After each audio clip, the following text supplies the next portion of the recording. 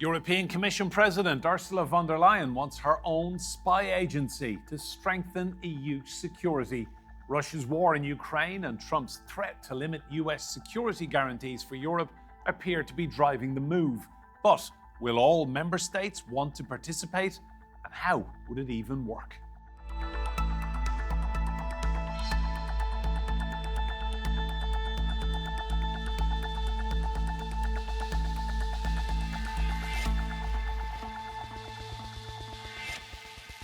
Hello and welcome to Roundtable. I'm Enda Brady. Now, the European Union's top diplomat, Kaja Kallas, has rejected a proposed secret intelligence unit, saying it would duplicate existing work and strain EU resources. The bloc says the unit will make better operational use of existing data, but some EU officials see it as simply an expansion of von der Leyen's power.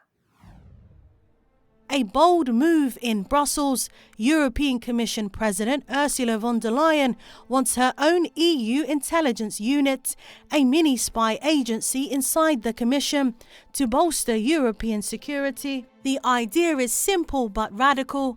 She is proposing to have a small, high-level team of intelligence officers pulled in from across EU member states who report directly to her office. The details of how this will work remains unclear. So we are at an early stage of this idea, so the amount of information I can share is fairly limited, but let me give it a go nonetheless. So we are in a challenging geopolitical and geoeconomic environment, and the Commission, because of this, is examining how to strengthen its security and intelligence capabilities. So as part of this approach, the creation of a dedicated cell within the Secretariat General is being considered. Russia's war in Ukraine, alleged Russian drones and cyber attacks across Europe this year seem to be pushing the initiative, as well as growing uncertainty over how much intel the EU can rely on from the United States. Vice President of the European Commission Kaja Kallas does not agree with von der Leyen's proposal, arguing it would duplicate the work of existing agencies as well as strain already limited EU resources.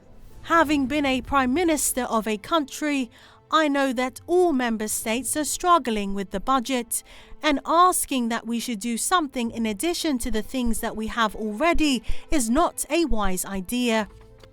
Some EU officials see it as less as a security boost and more of an expansion of von der Leyen's grip on power inside Brussels.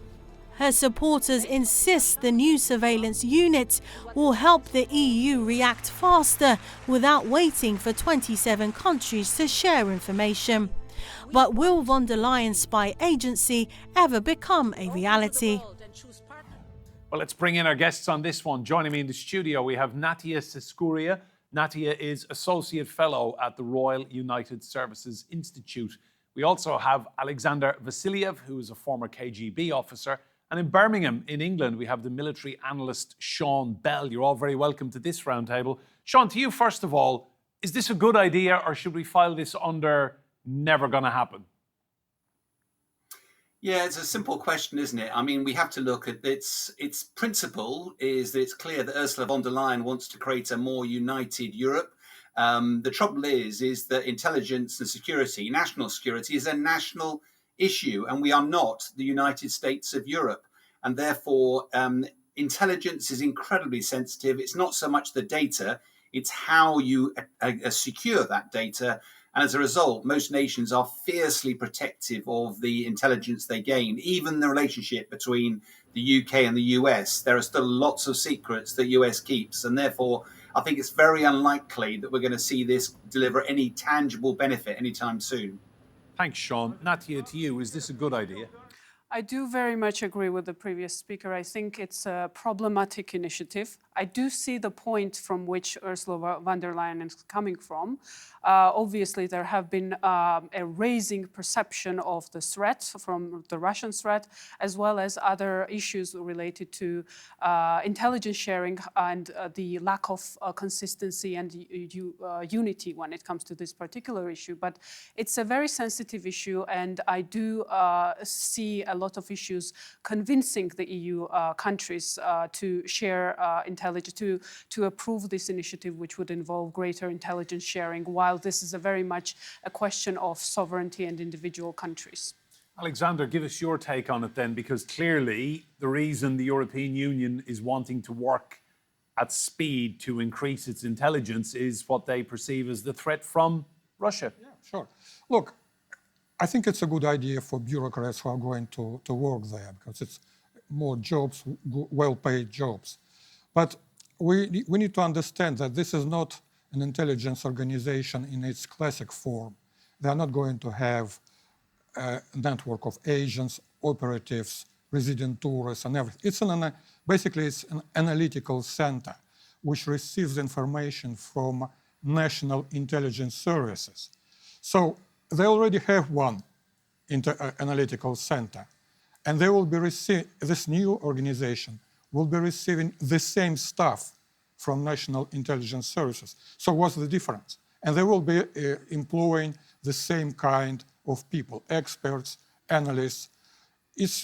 Who is going to benefit from it? Maybe only Ursula von der Leyen. That's it.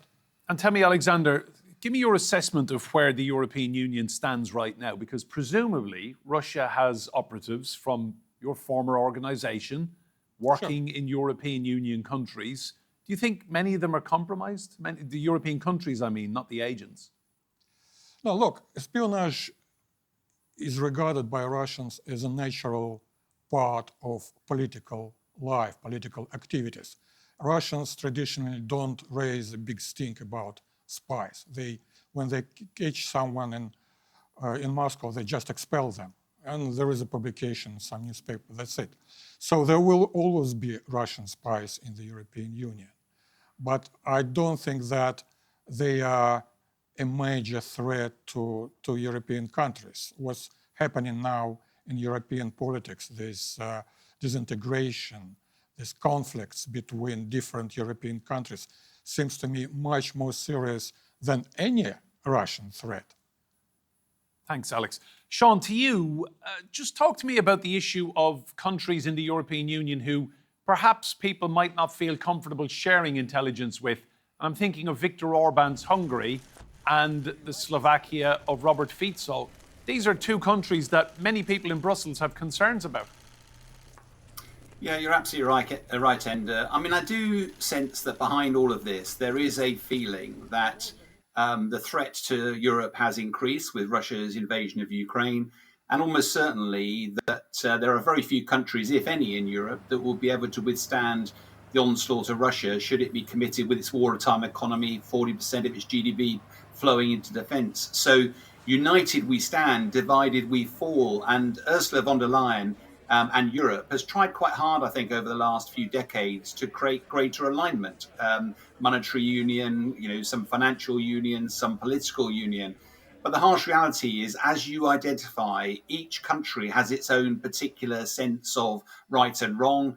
And at the moment, there are very few countries who'd be prepared to share sensitive information with Hungary, for example, knowing full well that Viktor Orban's relationship with President Putin is probably a lot warmer than other nations in Europe. Thanks, Sean. Natia, so just on that point then, how could they operate an EU spy agency if they have to keep certain countries at arm's length? Well, operational side of things, I think, is very unclear. We heard that this is an initiative, aspirational initiative by von der Leyen, but the main problem would be how to make it functional, efficient, so that every EU country feels confident and comfortable enough to be part of this. I think one of the main issues that I think in terms of moving ahead with this initiative is to get the unanimous acceptance of this idea. And as it was mentioned, there are issues to what extent the EU as a whole alliance stands united when it comes to crucial issues, such as the relations with Russia, for instance. So in that sense, I do see that countries that have very this very defined standing when it comes to the Russian threat, for instance, would be very much reluctant, such as France, for instance, that has a very advanced intelligence capabilities to be willing to share these with countries such as Hungary and Slovakia. So operationally, I think we are talking about some sort of small unit based in Brussels, maybe, that will be run on the basis of some sort of secondments from the individual EU countries. But I think before we move into discussing these issues, it would be the hardest part would be to get the acceptance of the EU countries to move ahead with this idea. Thank you. Can I add something on Yes. this? Look, the thing is about intelligence services is that the most precious thing any intelligence service has is its sources. The people who supply, who give them, sell them information, top secret information. And any national intelligence service would be very reluctant to share the names or positions of their sources, of their agents working for them, let's say, in Russia or in China, because this is the most secret thing. Let's suppose there is a situation when, let's say, the French intelligence service has a source in the Kremlin, and that guy provided a top secret document from the desk of President Putin. The French will never share that document with anyone else, because that could compromise the security of that source in Moscow. It will never happen. Therefore, what they share between each other is the conclusions, the result of their analysis in very vague general phrases, nothing concrete which would jeopardize their source if they even have any. Alex, while we have you here, there's been a big story the last few days, this Russian spy ship off the coast of Scotland, and clearly the United Kingdom no longer a part of the European Union. But just give us your impression, what is the Antar doing very, very close to British territorial waters? Look, I remember in the good old days of the Soviet Union, the Soviets were constantly accused of using scientific ships for espionage. It's possible. Maybe it happened now with the entire ship, maybe not. Who knows? But let me give you a bigger picture. Britain has been an active participant of the war in Ukraine for almost 4 years, right? Britain supplied missiles to Ukraine, which Ukraine used to launch into Russia. And according to many sources, those missiles couldn't be launched without the participation of British operators. What does it mean? It means that British operators have been launching British missiles into Russia, destroying some targets in Russia and killing Russian people. An adequate response to this for the Russians would be Russian operators launching Russian missiles into Britain. Then you've got another war in your Yeah, hands. exactly. That's only logical, right? But it's not happening yet. So the fact that the British government raised a huge stink about some ship which approached British territorial water, I think it's a bit ridiculous. Your people on that ship, the Russians' crew, were allegedly shining lasers at RAF pilots in the sky as well. I would like to see intelligence reports about it. Frankly, I don't trust the British media when they try to cover Russia. I think the quality of the coverage of Russia by the British media is pathetic. I don't trust them at all. Thanks, Alex. Sean, to you, just on the issue of the Russian threat then, you heard what Alexander was saying there. How seriously does the European Union need to get its act together? Well, a great deal. I mean, two things, one of which is I love the measured tones that Alexander uses, but let's not forget it was Russia that invaded Ukraine. It said it wasn't going to do it. It had guaranteed its sovereignty, and that invasion, 3.5 years in the making, well over 1 million casualties, devastated communities, and it grinds on today. And it's not, Russia is getting missiles from Iran, from soldiers from North Korea. So let's be careful about trying to paint who's the good guy and the bad guy here.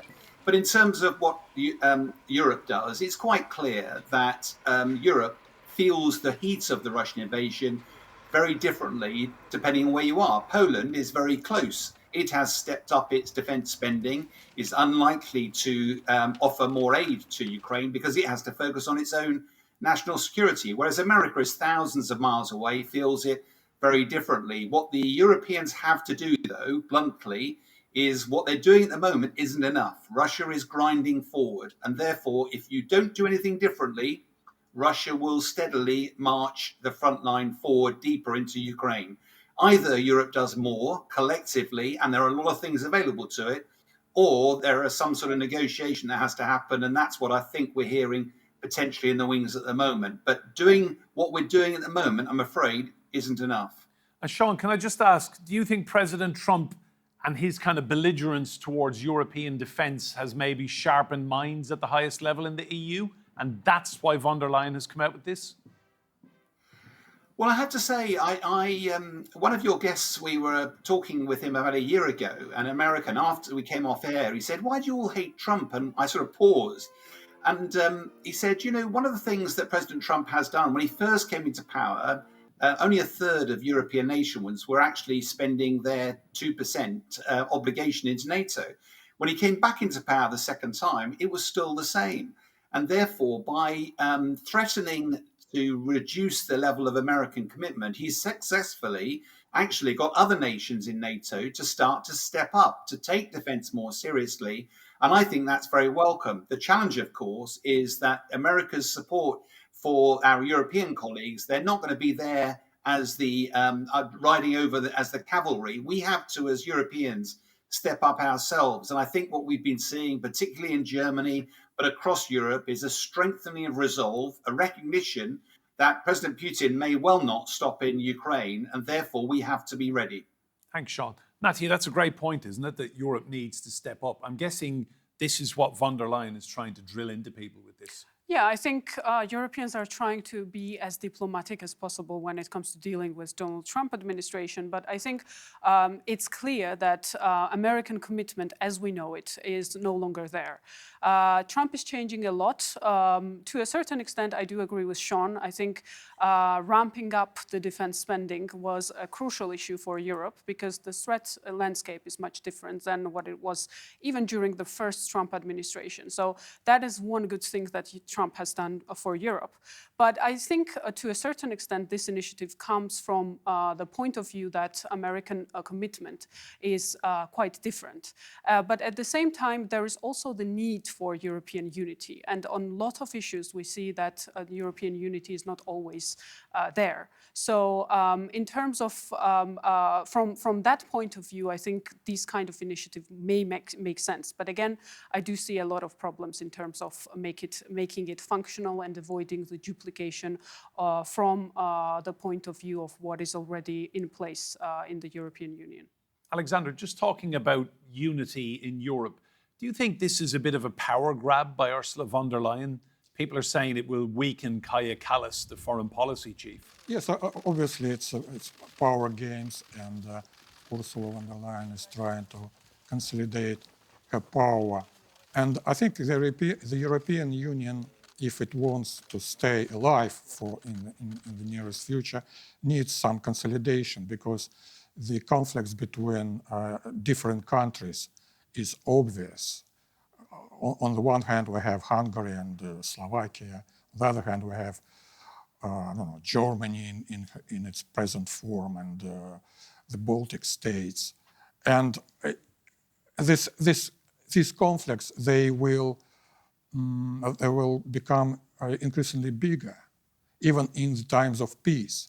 Because in the times of peace, Russia will be able to use the supply of oil, cheap oil and gas as a political weapon. The same way America uses and Europe uses economic sanctions against Russia and China. So Russia, as far as I remember, Russia never did something like this, never used economic sanctions as a political weapon. Now, I'm pretty sure they're going to do that. You think the Russians Absolutely. will? Absolutely. Well, thank you. Sean, to you, just looking ahead, you mentioned the competition between intelligence agencies. Have we reached a stage then, if Europe deems the threat from Russia to be so credible, that we're going to see intelligence agencies working far more closely together and shaking off that competitiveness that held them back previously?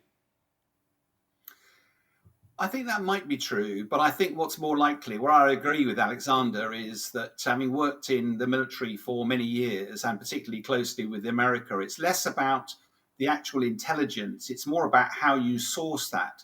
And I think a good example for your viewers would be the Enigma machine in the Second World War. You know, the Allies managed to secure an Enigma machine. They knew the German secrets, but they couldn't always act on them, because if they did, Germany would know that we had it and therefore would stop using it. And therefore, that is one of the reasons why there are always going to be alliances of the willing that are going to generate where they share information. We used to call it need to know. And I suspect what's going to happen is, for the main players in Europe who are serious about defense, who are trusted, and that each power actually is prepared to share some information, it's all about trust, it's all about confidence. And I think that's something that Ursula von der Leyen would do well to try and focus on in the coming days, weeks and months. And Sean, in your experience, out of the 27 member nations of the European Union, who would you say has the best intelligence service? Well, I wouldn't want to comment. I think one of the great things about intelligence services, as Alexandra would know only too well, is that the good ones don't actually advertise. They don't make a big thing of it. What is very clear is that the Americans, let's give an example. You know, we don't hear much about it, but when America said they were going to stop supplying weapons to Ukraine, it was unfortunate, but Ukraine still had stockpiles. When they said they were going to stop supplying intelligence, that switch was turned off, and immediately there was pain. Intelligence feeds the battle space. Intelligence enables senior commanders to make informed decisions. It's absolutely vital, and it's an area where every nation invests, but some invest considerably more than others and like to keep it secret. Thank you, Sean. This is fascinating, Natia, isn't it? You know, we think of defense, people think of soldiers and equipment and hardware and weapons, but at the heart of everything, as Sean pointed out, you need the intelligence to tell you where you need to be sending those weapons and men. Absolutely. I think it was Sean's example was highlighting really well how crucial it has been for Ukraine to receive Western intelligence in terms of dealing with the Russian threat. So as we go ahead and as the threat landscape is becoming even more complicated, because here we are not only talking about conventional threats, it's unconventional threats as well that Europe has already been suffering from, the so-called hybrid threats, the sabotage operations, disinformation, cyber threats. This all needs to be dealt with. And from Europe's perspective, it is very crucial to work together in order to be able to come up with the sustainable solutions to these threats, coming not only from Russia, but from China, for example, as well. So in that sense, I think making, if such initiative becomes serious enough, I think it's very crucial to ensure that it's not something that will be just another problem added to Europe's shoulders. It needs to be functional. It needs to actually contribute to this process of already complicated intelligence sharing, rather than to create something that is unsustainable and would require, of course, more budget and finances to be funded. Alexander, can I ask your former employer then, the KGB? So it's now known as the FSB, and then FSB, SVR, and then there is another organization within it called the GRU. All these different acronyms, but how would you interpret their strength at the moment? Are they stronger now, or were they much better back in the day when you were an agent? They probably, I think the KGB intelligence service was probably better then than now, because the KGB, look, that was the Soviet regime, right? We didn't have much choice in terms of work. There was no private business. Therefore, the KGB, especially the intelligence service, could hire and find the best of the best people to work for them. The same thing is the GRU. Now there is private business, and I don't know what kind of people work for the intelligence services of Russia. Well, I believe they are still good, but frankly, the KGB intelligence service was really, really good.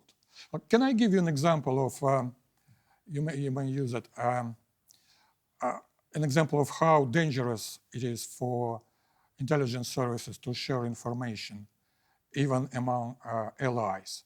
Kim Philby, remember Kim Philby? Yes, the famous British double agent. Kim Philby was a top intelligence officer in the British intelligence service. He was also connected to the Americans. And because of the exchange of information between the Americans and the British, Kim Philby knew a lot about the American activities, even the FBI. And he provided that information to the service. I read the documents, information provided by Kim Philby. That's the danger. And when he was exposed, and the rest of them, Donald McLean and Guy Burgess and other guys, it was a major blow at the cooperation between the Americans and the British.